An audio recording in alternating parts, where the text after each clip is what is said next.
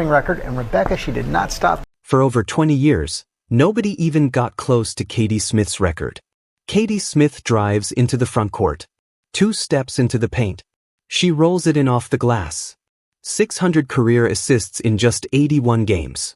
Then Caitlin Clark broke it in only 72 games. It happened on a simple bounce pass. No one even stopped to celebrate. This video breaks down what really went down that night in Las Vegas.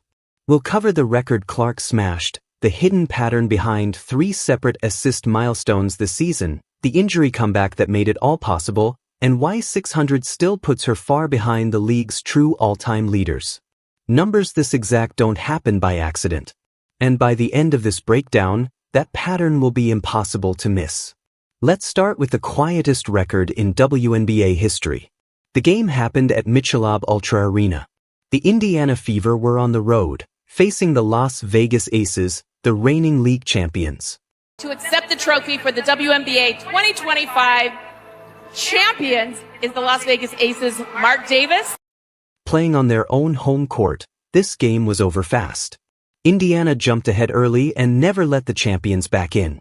Final score, 109-75.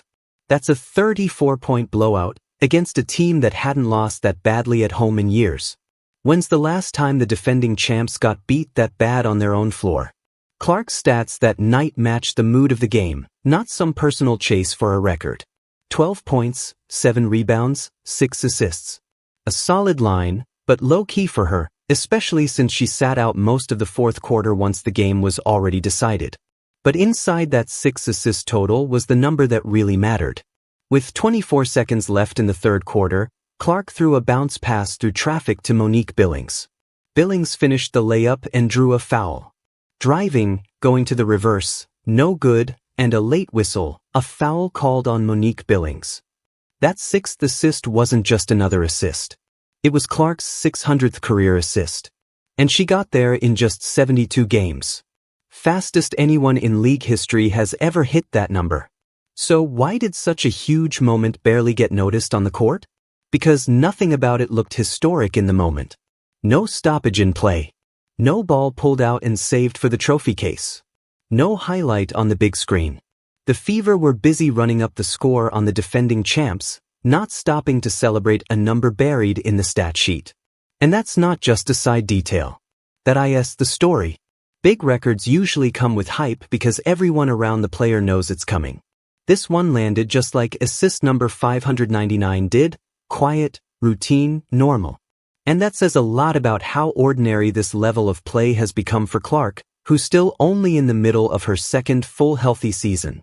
Here's another detail worth noticing. Clark's assist came when the Fever were already up big. No pressure.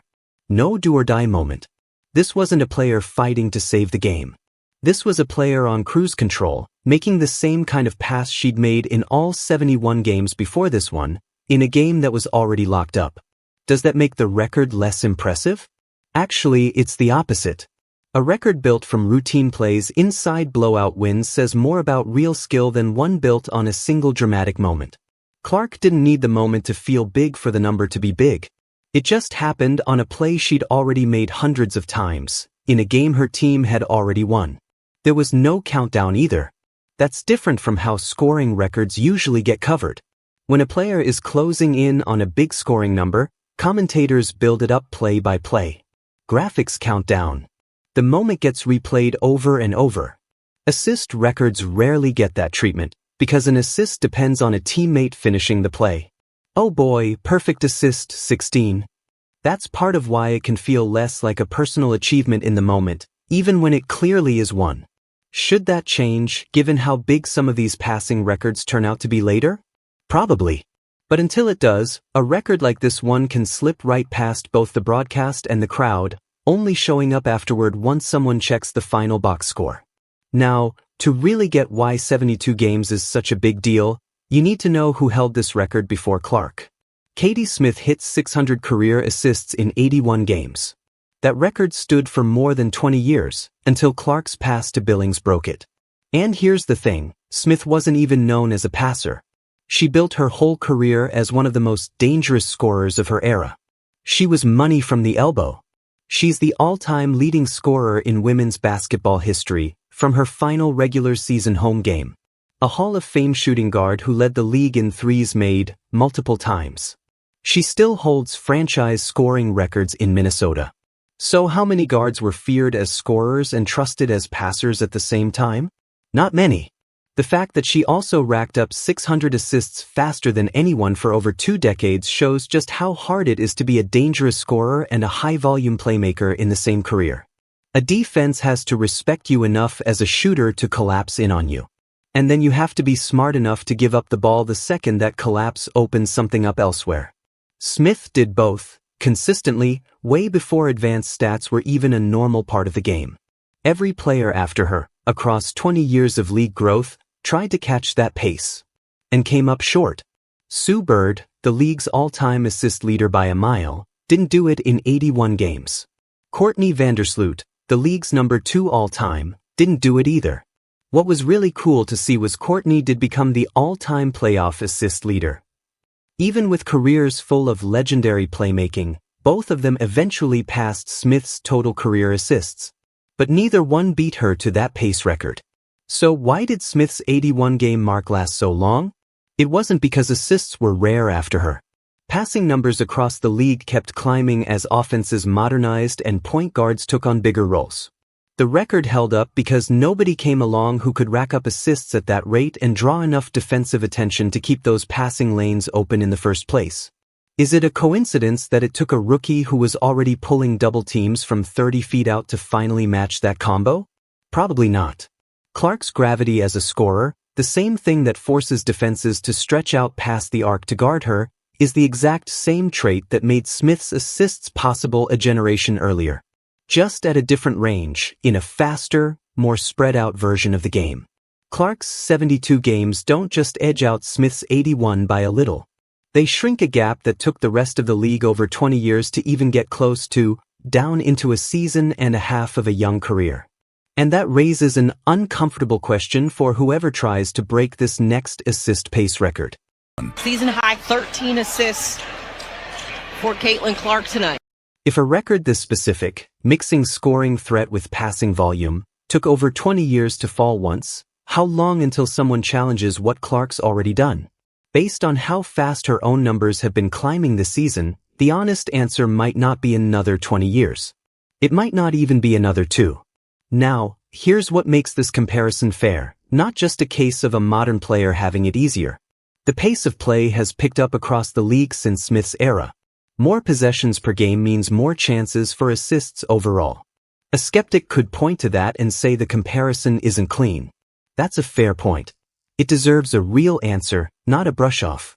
But even factoring in a modest rise in possessions over 2 decades, that alone doesn't explain the gap between 81 games and 72. You'd need a massive, unrealistic jump in league-wide pace to account for it. And nothing close to that happened. So the simplest explanation still holds up best.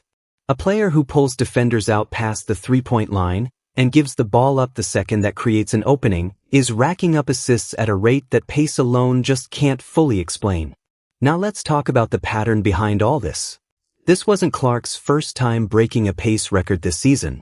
And that matters, because it changes how you should read the 600 assist mark. Earlier this year, she hit 500 career assists in just 59 games. That broke a record of 82 games, set by Sue Bird, the same Sue Bird who's still the league's all-time assist leader. What are the odds of beating a record set by the greatest of all time, twice, in one season, against 2 different legends? 2 pace records broken in the same year, against 2 different Hall of Famers. That's not luck. That's a pattern. And the math backs it up. If she hit 500 assists in 59 games, and 600 in 72, that means those next 100 assists came in just 13 games. That's almost 8 assists a night. Sustained, not one lucky night. Pace records built on a hot week usually fade out over time. But a hot stretch sandwiched between 2 separate all-time records? That's not an outlier. That's closer to her baseline. Go back even further, to her rookie year, and the pattern keeps going. She set the single-season rookie assist record in 2024 with 337 assists. That record lasted exactly 1 year before Alyssa Thomas broke it in 2025. Is it normal for one player's name to show up in this many assist record conversations in just 2 seasons? It shouldn't be. Most players who eventually lead the league in playmaking do it slowly. They build their reputation over years before the record books catch up. But Clark's numbers have been moving faster than her own career has even had time to unfold. That's what makes 600 different from your average milestone. This isn't one record standing on its own. It's the third piece of a pattern that keeps repeating, no matter who held the record before or how long they held it. Smith's 20-year-old record didn't fall because of one flashy highlight play. Neither did Bird's 59-game record. Both fell the same way, worn down by a guard who treats every single possession like a decision, not just another shot. The rookie record. The 500 mark. And now 600. Another game, another rookie record for Kate. These aren't 3 random headlines that just happen to have the same name attached.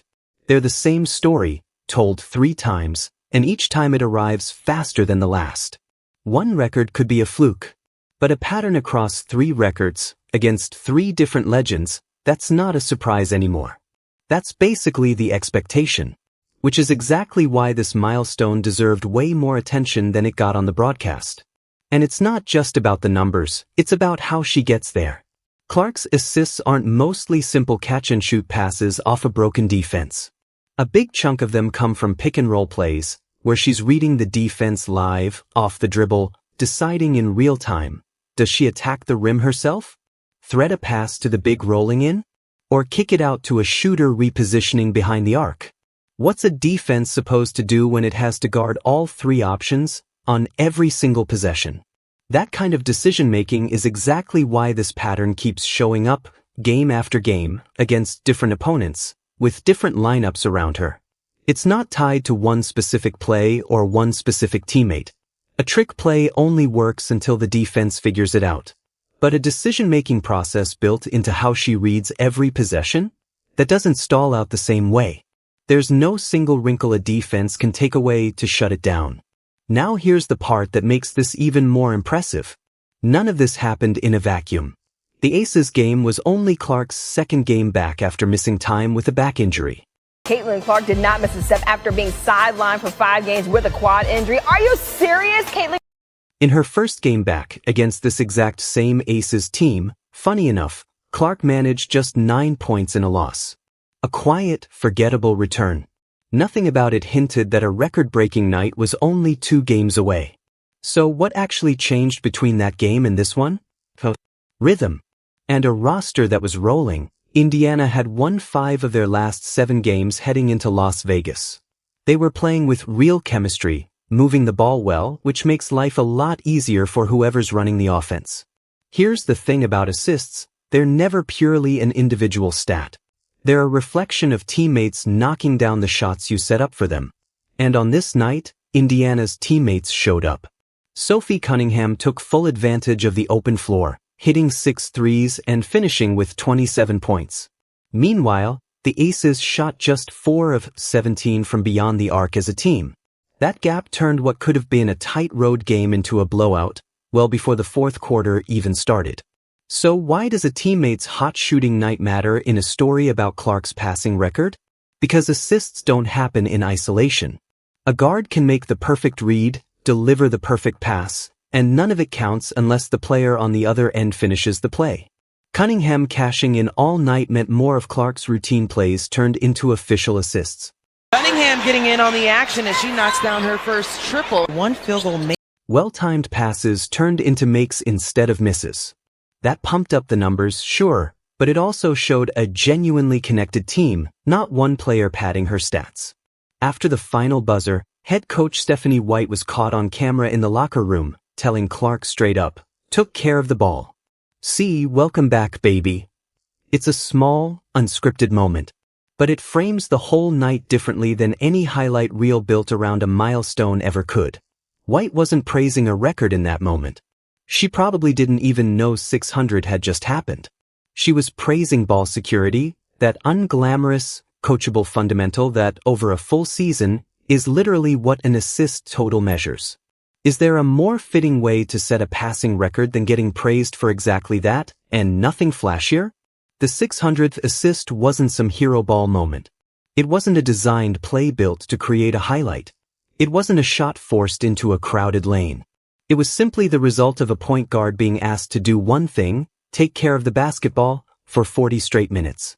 Women shooters and all of basketball and history, and putting her at the line just seems like 3 easy buckets. She did exactly that, against a championship-level defense that might have been a little off its game, and the payoff of that discipline just happened to land on a historic number nobody in the building was even tracking in real time. The bigger team picture backs this up too. Indiana came into the Las Vegas Strip playing solid basketball. A road win by this margin, against the reigning champs, would have been one of the more meaningful results on the Fever's schedule that season, even without Clark's personal milestone attached to it. Here's a fair question though. Would this record have carried the same weight against a rebuilding team playing out a lost season? Probably not. A team playing connected, purposeful basketball, with multiple players hitting shots at once, is exactly the environment where a primary ball handler's assist numbers climb fastest. Clark didn't rack up this record against some scrambling, short-handed team going through the motions. She did it against the defending champions. On the road. Inside a full team effort. That's a much tougher environment for a passing record to fall in than a lopsided win over a rebuilding roster would have been. So, what does 600 assists actually mean? On its own, 600 sounds like a lot. But put it next to the names above her on the league's all-time list, and it starts to look small. Sue Bird retired with 3,234 career assists. But the big story was the retirement of one of the greats in the... There's Sue Bird. Courtney Vandersloot sits at number 2, with 2,909. Clark's 600 doesn't put her anywhere near that conversation yet. And it's worth being upfront about that gap instead of blowing a pace record into something it was never meant to be. So which number tells the real story? The 600? Or the 3,234 still ahead of her? Here's the thing. 600 isn't about how close she is to the all-time record. It's about rate. Speed, separate from career length. And career length favors players who simply played more seasons. Bird and Vandersloot built their totals over a decade or more each. Slowly. Through injuries, roster changes, all of it. Clark put up 600 in a fraction of that time, while missing real chunks of the season to injury, the same back issue that kept her out before this game, and the soft tissue problems that hurt her even worse the year before. So does that make her total less impressive? Or does it actually mean the number is underselling how fast her assists pile up when she's healthy? A career total gets punished by missed games. A pace record doesn't. Mixing the two up is exactly how this milestone gets brushed off as small, or blown up into some false comparison with players who spent 10 years building their numbers. None of this means Clark is guaranteed to catch Bird's career record. No pace record has ever guaranteed that. Health and time left in a career, those are things no pace stat can predict. Basketball history is full of players who set blazing early paces and never got close to the career totals people expected from them. That uncertainty is real, and it deserves to be said honestly. But pace records exist for a reason. They cut out the long-term guesswork and just measure what a player is doing right now. And what Clark has done across 3 benchmarks, the rookie record, the 500 mark, and now this one, keeps building the same case. When healthy, no one in league history has ever generated assists this fast. That's not a prediction about where she ends up. That's just what 3 seasons have already shown. So think back to how quiet this whole thing was. Ask yourself what that silence would have looked like if this was a scoring record instead of a passing one. No stoppage. No tribute. Just a bounce pass, identical to the 599 before it. That silence says everything about what a pace record really is. It's not some trophy on a shelf. It's an ongoing measurement, moving faster than anyone expected. Whatever record falls next will probably look exactly the same. Quite unnoticed. Only understood once someone actually checks the numbers. 3 assist records. Broken in 2 seasons. Against 3 Hall of Fame benchmarks. That's not a hot streak. That's not luck. That's a pattern, one that repeats every single time Caitlin Clark stays healthy enough to finish a season. The 600 mark arrived, just like the ones before it, on a routine play nobody stopped to celebrate. Which is exactly why it deserved this breakdown. The numbers are going to keep climbing, whether the broadcast notices or not. If this video helped you understand what really happened that night in Las Vegas, drop a like, let me know in the comments which record you want broken down next, and subscribe to the channel.